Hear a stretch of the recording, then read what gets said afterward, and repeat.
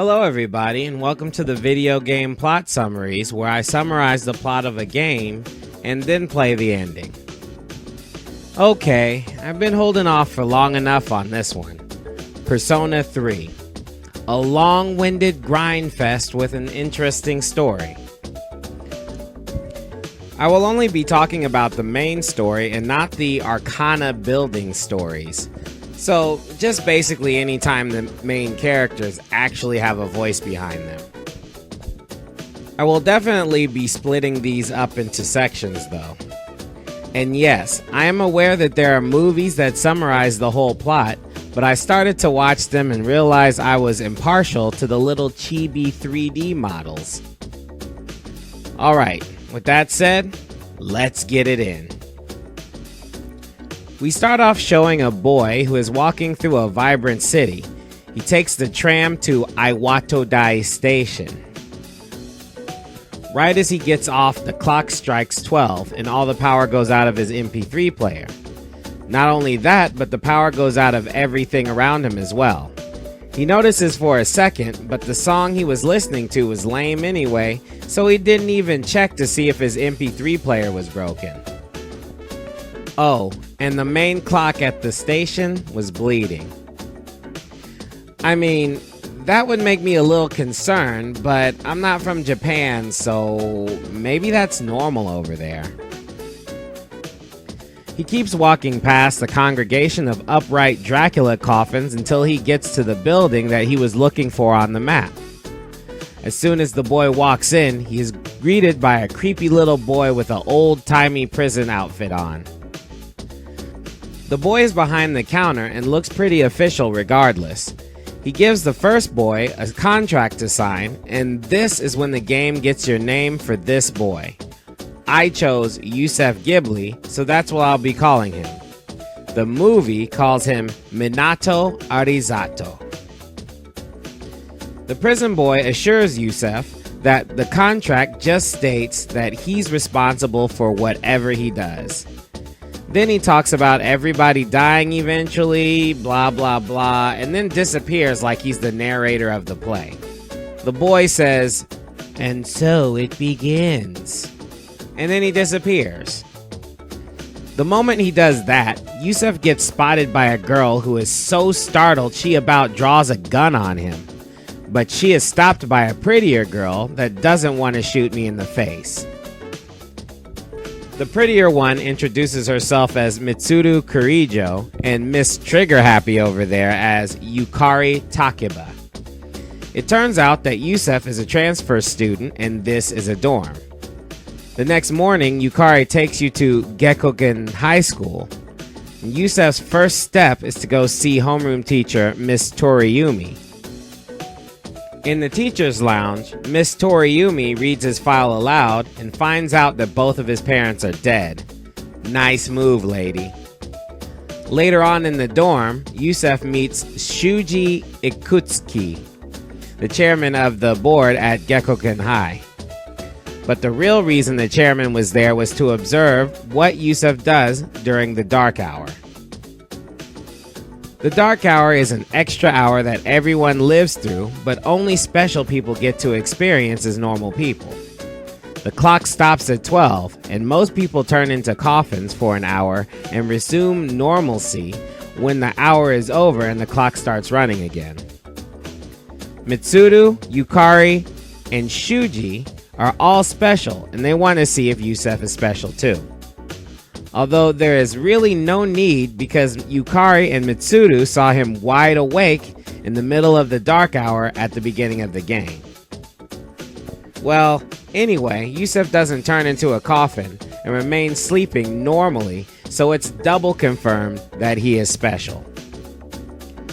Unbeknownst to them, however, Youssef is being pulled into a blue room called the Velvet Room. In it, a penguin-looking man named Igor and a pretty lady named Elizabeth confirm with you one more time that Youssef is going to take responsibility for his actions like the contract that he signed says. Youssef nods yes, and with that, he is awarded a key to the Velvet Room. It is a special key, and he can go back to the Velvet Room anytime he wants to talk to Igor or Elizabeth. Fortunately for the plot, Youssef Ghibli is not into asking a lot of questions. Anyway, the next night, Yukari, Mitsuru, and Shuji are studying Youssef during the dark hour when Akihiko, another special student that lives in the dorm, contacts them saying he is being followed by a huge monster. Akihiko makes it back to the dorm, but so did the monster. Mitsuru tells Shuji to get to the command room and orders Yukari to get Youssef and escape out the back. When Yukari gets Youssef, Mitsuru calls Yukari and explains there are more monsters than just the one attacking the dorm. So the back door exit is not an option. One by one, all of Yukari and Youssef's options are closed off by monsters until they end up safe on the roof. For about 2 seconds. The monsters make it up to the roof and Yukari explains to Youssef that they are called shadows. She tries to pull out the gun she was going to shoot Youssef with earlier and aims it at her head. But when it comes time to pull the trigger, she just can't do it because she don't have it in her. The shadows roll up on her and smack her, knocking the gun out of her hand and her to the ground. Youssef now stands there looking at the gun at his feet. Just then, the creepy prison boy appears in his subconscious telling him to go ahead and do it. Youssef picks up the gun and, remembering what Yukari did, aims it at his head and pulls the trigger saying, "Persona." Lo and behold, a badass monster appears from his head named Orpheus, the Master of Strings. But before Orpheus can even do anything, an even more badass monster pops out of Orpheus's body and destroys all the shadows.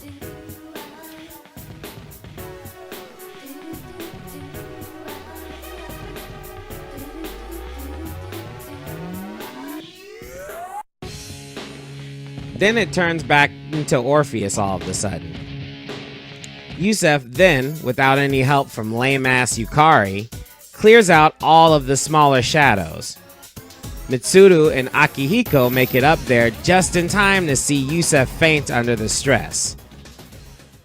In his unconsciousness, Youssef gets back to the Velvet Room, where Igor explains to Youssef that Orpheus is a persona, which is a manifestation of his psyche. Basically, a persona is that dude you pretend to be whenever you have to face something that you are afraid of. But instead of the real you mentally stepping back while the alter ego takes over, you step back in real life and the alter ego materializes out of your brain. But you still get hit physically either way, right?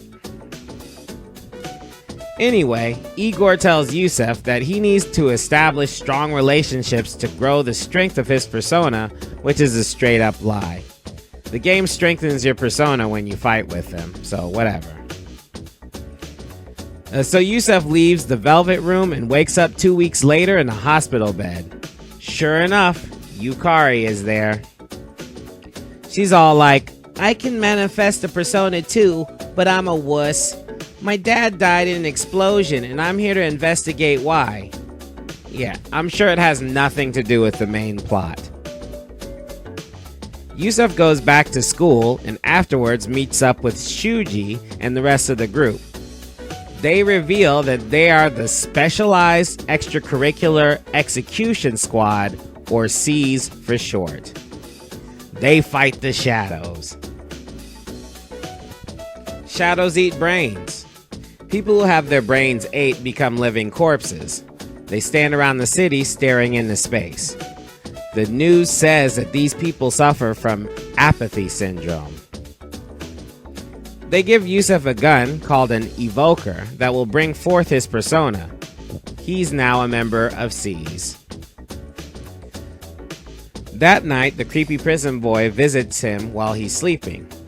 He speaks in more riddles, of course, and tells Youssef that he's more special than everybody. What a huge surprise! The next day, Akihiko calls in Yukari and Youssef to introduce Junpei as a new member of C's, but they already know him from class. The next day, Shuji tells everyone that they are going to start exploring Tartarus. And Tartarus is where the shadows come from. During the dark hour, the school turns into this huge, crazy tower. The C's members are to go into Tartarus and train their skills while exploring the tower. Akihiko appoints Youssef the leader because Akihiko is injured and Mitsuru is the support. Also, Youssef is the only one left that is not made up of whiny punk bitch. Just then, Youssef is summoned to the Velvet Room to be told that he is the only one who can summon different personas. That must be what that creepy boy meant when he said Youssef was special. One night, while Mitsuru was checking her scanner, she found there was a shadow outside of Tartarus. Akihiko is still injured, so he elects Youssef as the leader again. He, Junpei, and Yukari meet up with Mitsuru and go to the monorail. Once inside, the doors lock. Mitsuru says it's probably a trap, but they have no choice but to proceed. When the crew is confronted by a shadow, Junpei gets excited and chases the shadow, leaving everyone else behind. Once Youssef and Yukari try to follow, they get cornered off by more shadows and the party is split. When they finally catch up to Junpei, he's fighting more shadows. They save him, but he insists that he didn't need to be saved. Just then, the monorail starts moving, picking up speed towards a stationary train. So now they have to beat the boss shadow before the train stops moving. Finally, they make it to the spread eagle shadow and defeat it. Youssef pulls the brake to stop the train and everyone goes home. Shuji, Akihiko, and Mitsuru all wonder if an unnamed event is happening. Seriously, guys, give it a name. Later, Akihiko is finally healed.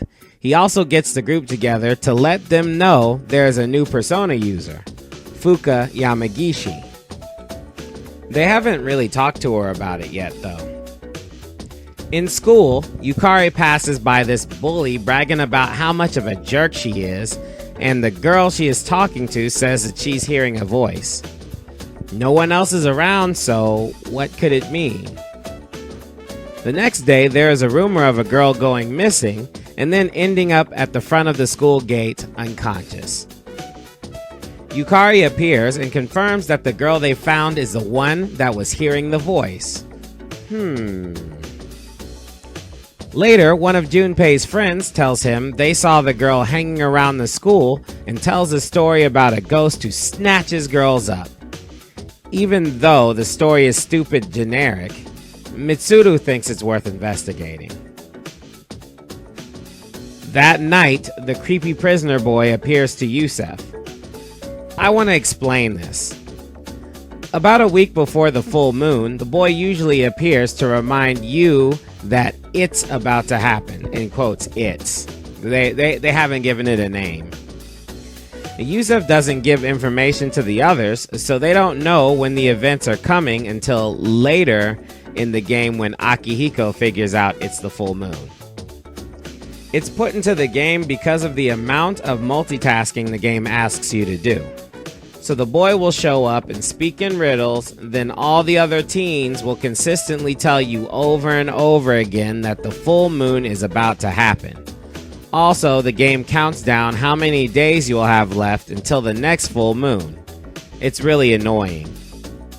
But the creepy prisoner boy always appears and virtually says nothing of importance. So anyway, after investigating the girl's disappearance, Youssef, Junpei, and Yukari meet up with their findings. Yukari puts together that 3 recent disappearances are kids that chill at the same seedy area. Junpei doesn't want to go because he's not into getting the crap beat out of him by gang members. But Yukari is not taking no for an answer. They go to the alleyway where the Yardies hang out, and instead of asking questions, Yukari runs off at the mouth like some dumb bitch. That's what the game says. And because of that, Junpei gets punched in the stomach. Youssef is about to have paws put on him too, but they were saved by Shinjiro Arakagi, who scares off the yardies.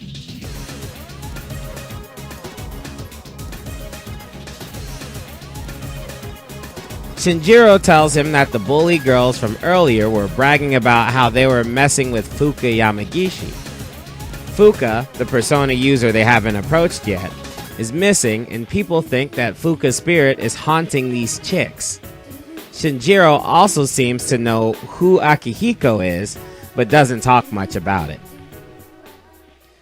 The three go talk to Mr. Akoda, who is the principal at the school. Mitsuru is already there to ask about the student. All four of them find the bully, Natsuki Moriyama, confessing to locking Fuka in the school at night and Fuka turning up missing. Then, when other girls in the group went looking for Fuka night after night, they all turned up missing themselves. She also says that all of them heard the voice that called them towards the school. Mitsuru and the others figure out that the voice is a shadow calling people into the void during the dark hour. So after berating Mr. Akoda for not reporting Fuka's disappearance to the police, Mitsuru and the team decide to go to the school during the dark hour so that they can rescue Fuka. Later that night, C's are in the school waiting for the dark hour. Of course, in the meantime, Natsuki starts hearing a voice beckoning her back to the school just like it did all of her friends.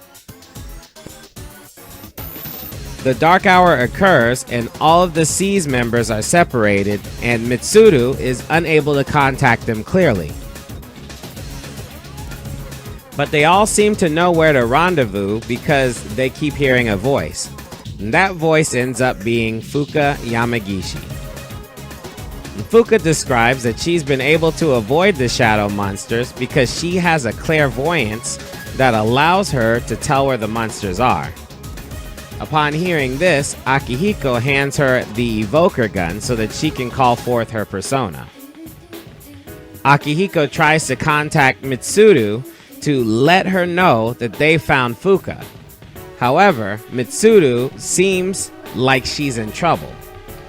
Fuka uses her clairvoyance to see that Mitsuru is in trouble with some big shadows. So the group runs back to the entrance of Tartarus.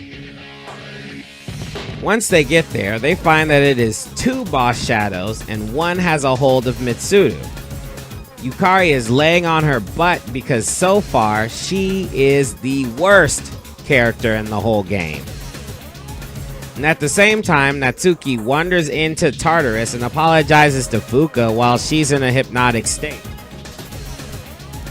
With the shadows ready to attack, Fuka pulls out her evoker and shoots herself in the face, revealing her persona and also making Yukari look much lamer. Seriously, when it became hero time, everyone pulled the trigger but her, and she got Junpei punched in the stomach and never apologized for it. She's basically Sakura from Naruto, but worse. Sorry for the reference. Anyway, Fuka calls forth her persona, which knocks the shadows on their butts and frees up Mitsuru because why not?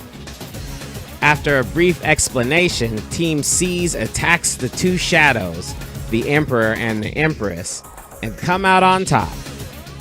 Because Natsuki has no persona, she forgets everything that happened.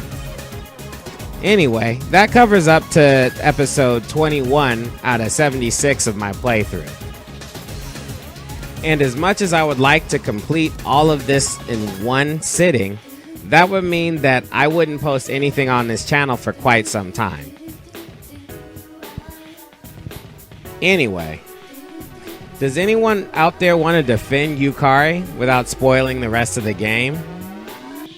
Is there any character that you might have a problem with, like I have a problem with Yukari's lame ass? Let me know in the comments. I would like to talk about it up to this point.